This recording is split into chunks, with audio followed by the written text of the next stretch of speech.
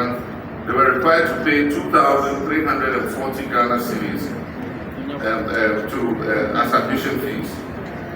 The annual student loan of 2,550 cedis falls far short in covering university academic related fees, which in some cases are as high as 8,000 cedis.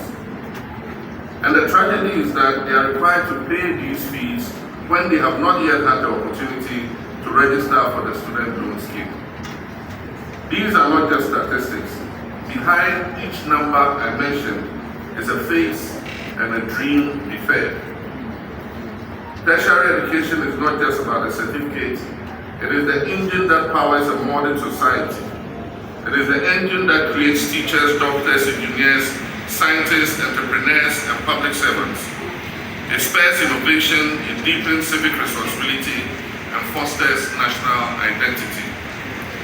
According to the World Bank, every additional year of tertiary education increases an individual's earning by up to 17% in developing countries.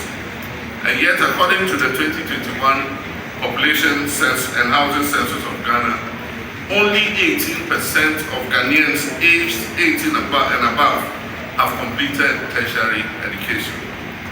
This means over 80% of our adult population lacks post-secondary qualification. In a nation that is striving to build a resilient, knowledge-driven economy, this gap is one we cannot afford to maintain. The no-fee stress policy has been designed with deliberate inclusivity and scalability. Its key components include the no academic fees policy.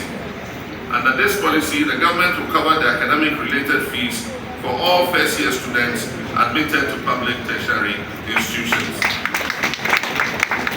Then the second of the no-fee stress policy is the Student Loan Plus initiative.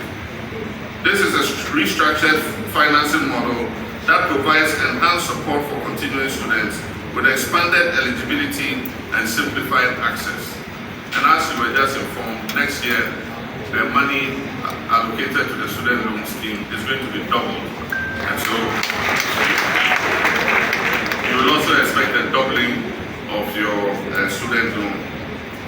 Then we also have the free tertiary education for persons with disability. To ensure full inclusion and compliance with our obligations under the Disability Act, all persons with disability shall have free tertiary education from first year until they complete. And as I told you already, there will be increased student loan amounts which will reflect the real cost of tertiary education, and it will be adjusted annually for inflation. We also have diversified student funding mechanisms, including targeted scholarships for underrepresented communities and disciplines that are vital to our national development. In addition, students in fee-paying programs without regular track equivalents will receive a reimbursement of up to 2,500 cedis for their academic fees. Ladies and gentlemen, this policy is complementary, it's not substitutionary.